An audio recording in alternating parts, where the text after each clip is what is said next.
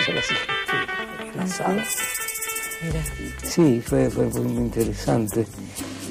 Claudia, vos tenés una revista, ¿no? Sí, Realidades. Me gustaría hablar unos momentos, si no te importa, de ese aspecto de tu vida actual. Sí. Contame cómo es Realidades, por favor. A ver, Realidades nació de muchas charlas con compañeros donde veíamos que no teníamos la posibilidad de expresar lo que nosotros sentíamos que estaba pasando en el país, políticamente hablando. Sí, supongo, claro. Sí, y que nos costaba mucho poder transmitirle a la gente esto.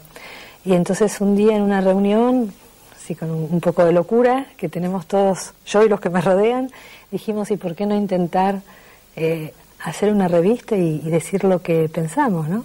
Sí. Y ahí nació Realidades. ¿Con qué frecuencia la saca? Bimestralmente en este momento. El año que viene queremos tratar de hacerlo mensual. Sí, sí. Pero es un trabajo de un grupo muy chico y está creciendo.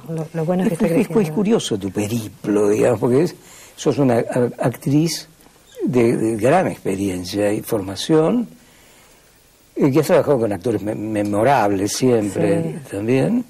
Desde muy chica, además. Sí, desde los 6 años. Vamos, desde niña. Sí, 6 años. En realidad, claro. Sí. Una dirigente política, pues la editora de una revista, y alguien que quiere expresar algo y no encontraba los canales para hacerlo, resolvió, es una idea feliz, hacer su propio medio de comunicación. Muy bien, ¿y qué querías expresar? Yo sentía que en general en la prensa había como una única voz. Y que a mucha gente muy talentosa y muy inteligente que tiene la Argentina, gracias a Dios, tampoco tenía un espacio donde expresarse. Para hablar de la niñez, de la adolescencia, de cultura, de educación, de temas que yo siento son prioritarios y que no siempre son prioritarios en los medios de comunicación. No, digamos, no siempre tienen éxito y audiencia. Exacto. Y entonces esto fue creado para eso, para que haya otra voz, para poder expresar el pensamiento de tanta gente que no tenía espacio, muy inteligente, y sobre todo para poder desde esa revista de alguna manera contestar al gobierno que yo sentía que se estaban masificando en los medios y que no había esta posibilidad, ¿no? Y bueno, desde ahí yo escribo una editorial cada vez que sale la revista con los temas candentes del momento. Sí. Y invito voluntariamente a todas aquellas personas que yo respeto y quiero que el pueblo escuche. Para que colaboren. Para que colaboren. Y lo aceptan, supongo, generalmente. Lo aceptan, sí, lo aceptan y hasta lo agradecen. Sí, porque es interesante tener en una revista buenas firmas y ideas que no estén muy trilladas tampoco. Sí, ¿no? Sí, sí. Que debe haberlas en alguna parte. Seguro, seguro. Aunque a veces cuesta encontrarlas, pero... Hay que buscar. Hay que buscar y no cansarse de buscar. Sí. ¿Y estás bien? ¿Te encontrás en un momento bueno de tus días? Sí. ¿O tenés algún desasosiego, alguna inquietud? Yo trabajo mucho para estar bien todos los días, porque creo que... Primero que soy una agradecida de la vida. Sí. Y agradezco todos los días esta posibilidad que tengo de poder relacionarme con la gente, con la gente común, poder crecer en mi vocación. Sí. Así que soy... ¿Y tus vocaciones son varias? Ya no tantas. He tenido etapas. Ahora es la vida política, Ahora fundamentalmente. Es la vida política, claro, fundamentalmente. Y la verdad que estoy feliz, estoy plena. Me siento plena en mi vocación como mujer. Sí, pero ¿haces algo al respecto, algún tipo de método? No, lo que te dije. Yo creo que ser agradecido en la vida te vuelve. Y soy una mujer creyente, no practicante, pero sí creyente, y la verdad es que cuando agradezco me siento plena. Trato de vivir con los pies en la tierra, de no creérmela, de seguir creciendo día a día y aprendiendo día a día. Me parece muy atractivo como describís ese cuadro y no creérsela. Claro, parece importantísimo en términos generales, ¿no? Para mí es muy importante eso, porque te mantiene conectado con la realidad, ¿no? Sobre todo cuando uno quiere hacer política. Es muy importante poder ver la realidad, escucharla, poner la oreja y hasta compartirla, ¿no? La política tiene que obrar sobre la realidad, para ir transformándola y mejorando. Transformar la realidad, claro, ¿no? Y si uno pierde ese eje y se aleja de la gente, generalmente te rodea un núcleo que te vende otra historia, quiere quedar bien con vos. Claro. Entonces perdés esa objetividad, ¿no? Sí, lo entiendo perfectamente.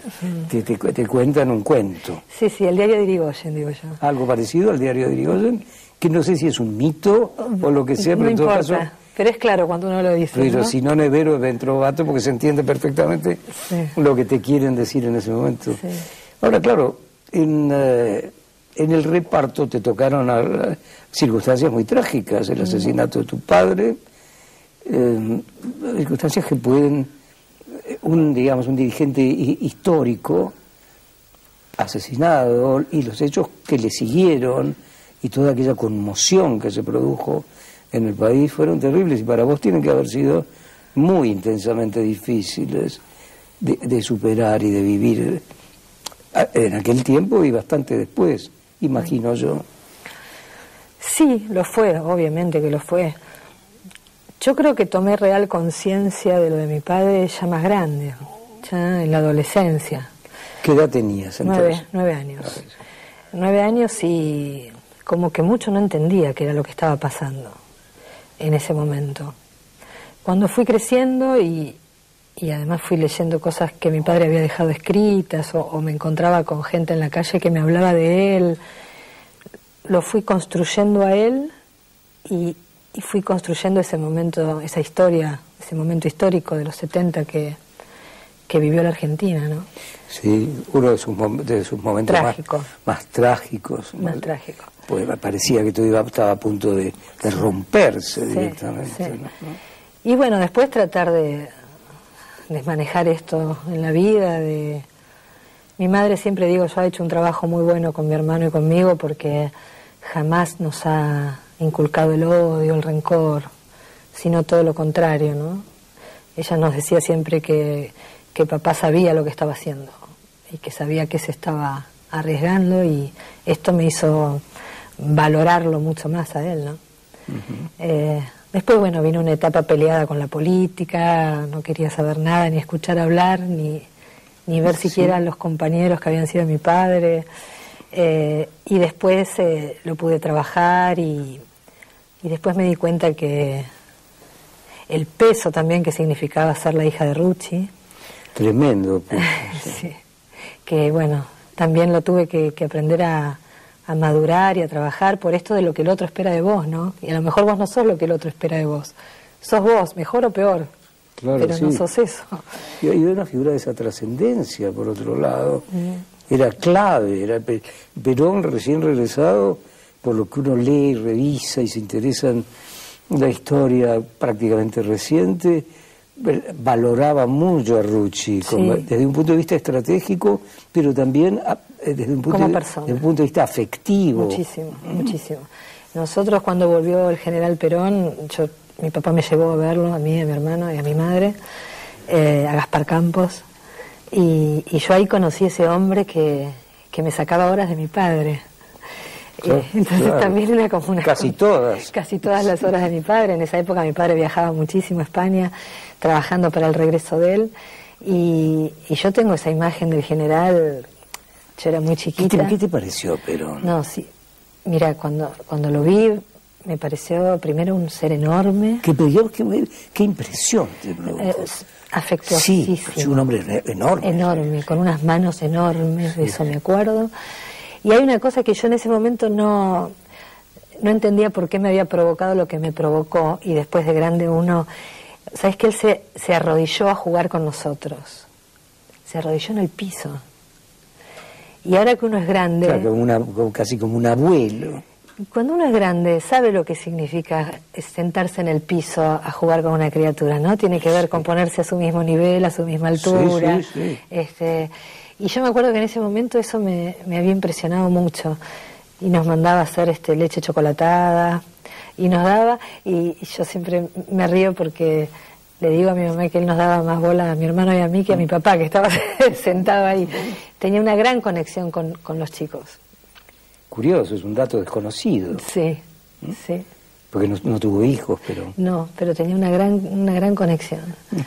Y yo empecé a quererlo, porque ya te digo... Era un sentimiento oculto. Sí, antes antes era como que me daba bronca, que me sacaba horas de mi padre. Y cuando lo conocí lo empecé a querer mucho. Claro. ¿Y te inhibió de algún modo esa figura ya consagrada por la historia, esa vuelta épica, y lo que podías explicar entre lo bueno y lo malo que fue?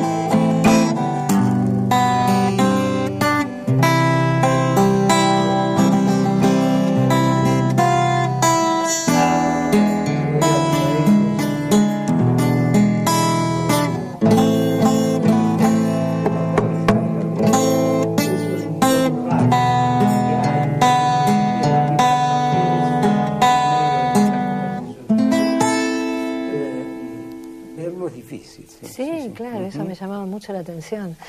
Claro, porque eso indicaba también una especie de respeto y de cortesía con los demás, que no se tenían que callar la boca. No, la vida continuaba. Lo que sí es cierto que a veces mi mamá le hablaba, mientras él escribía le hablaba, y en algún momento le decía, no, José, y él decía, ¿eh?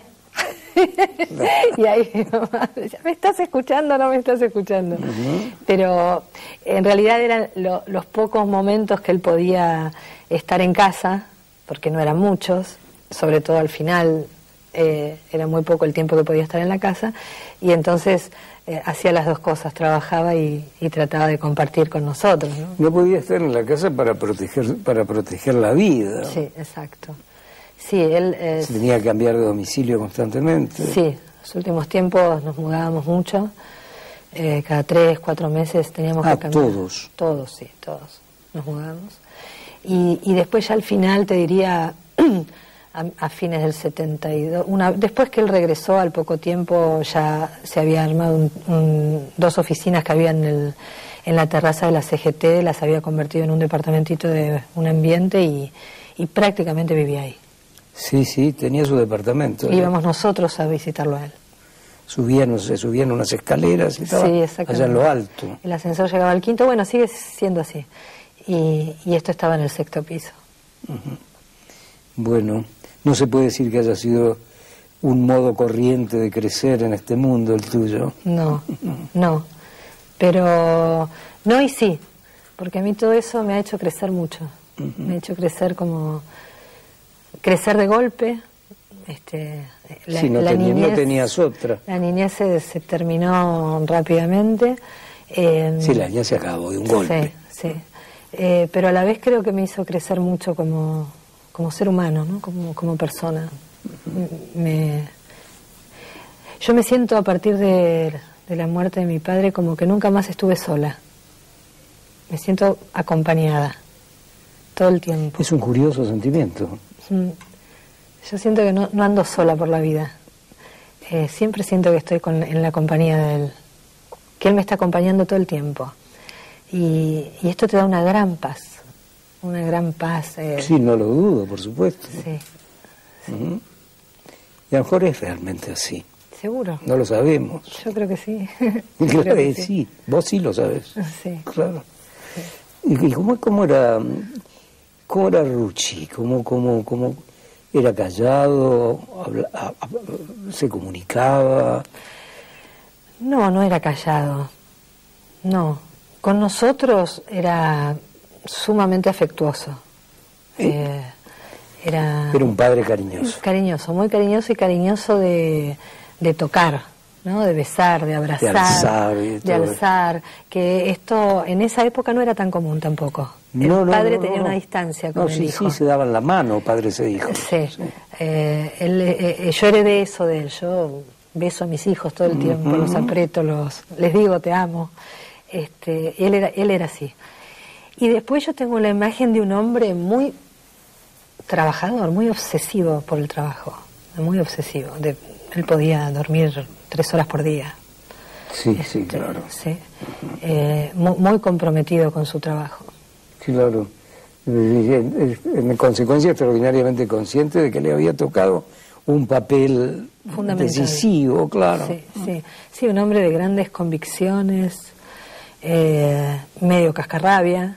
Lo he escuchado algunas veces enojarse por trabajo generalmente.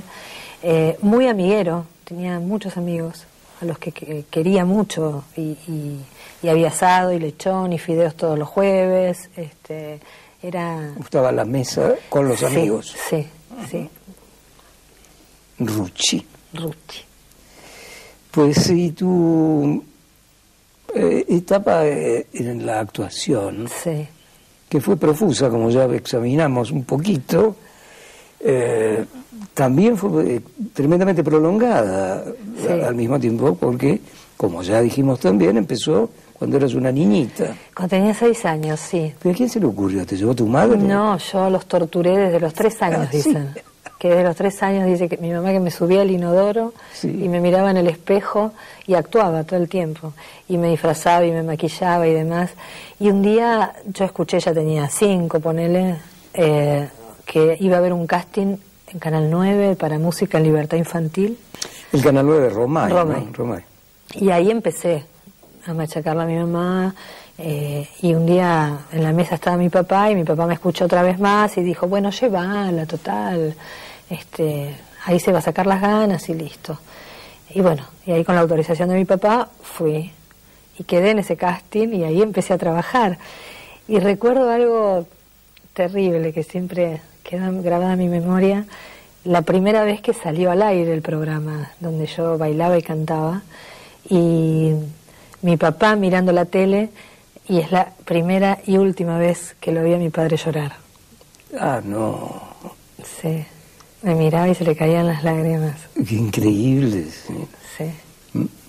Esa emoción de Rucci, creo que nos señala que él resueltamente aprobaba que hicieras lo que querías hacer, ¿no? Absolutamente, sí, era...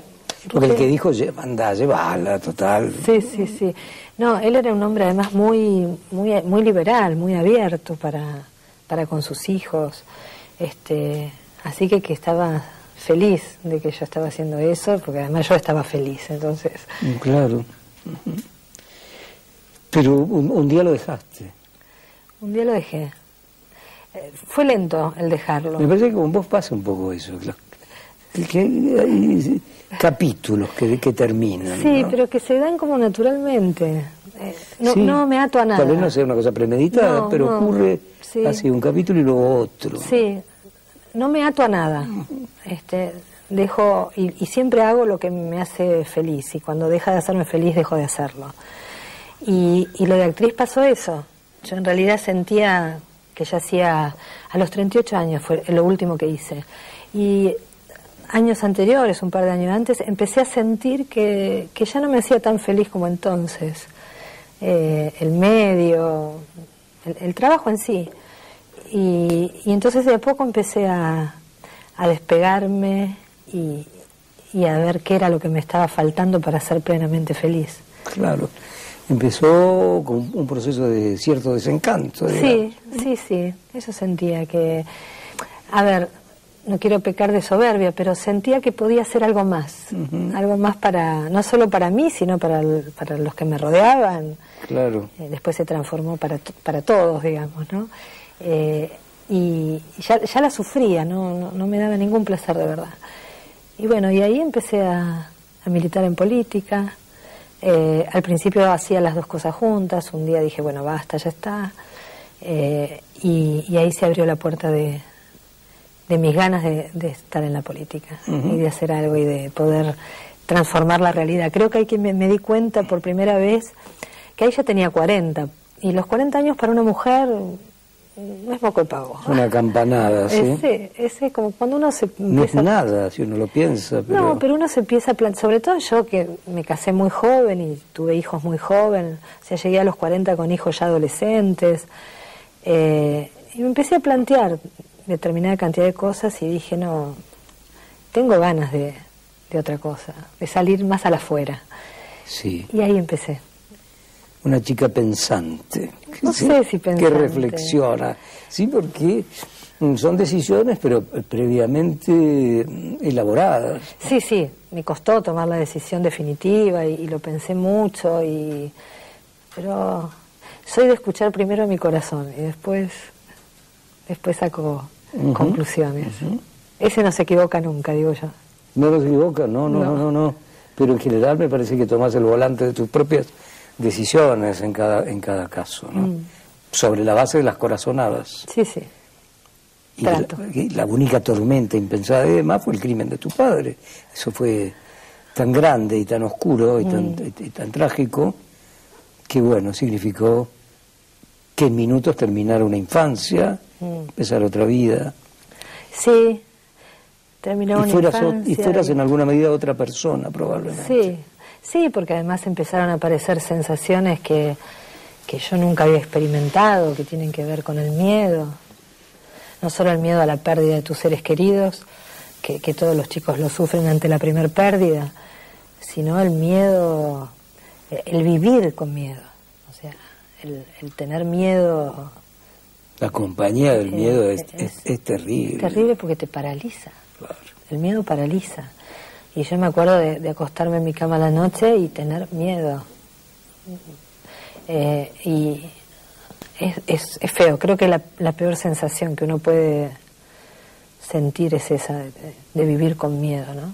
Estoy seguro de eso. Porque te paraliza psicológicamente y te paraliza, qué sé yo, hasta en lo más concreto. Decir, voy a tomar un vaso de agua a la cocina, no lo podés hacer. No. Te paraliza físicamente. No puedes escribir con firmeza, qué sé yo. Miedo no es un buen amigo. No. Pero lo pude superar. Se fue atenuando, evidentemente. Sí, lo pude superar, absolutamente, gracias a Dios. Sí, celebrémoslo, porque eso te ha permitido seguir adelante, tener alegría de vivir, por cierto, fe y una secreta compañía protectora que va con vos a todos lados, según hemos descubierto a lo largo de nuestro pequeño diálogo. Y de ahora en adelante, ¿cómo viene la mano? ¿Qué vas a hacer, Claudia? No, por ahora voy a seguir trabajando en política. Creo que falta mucho por hacer. Que es un duro trabajo, que no son todas rosas en la vida política. No, te diré que son más espinas que rosas. Pero hay que seguir, hay que redoblar la apuesta. Yo no creo la manera que está concebida la política. Creo que hay que romper con eso. La política tiene que... ¿Te referís a la zancadilla, sí, hay que romper con eso. Hay que romper con la corrupción, la política, con la aceptación de la corrupción. Sí.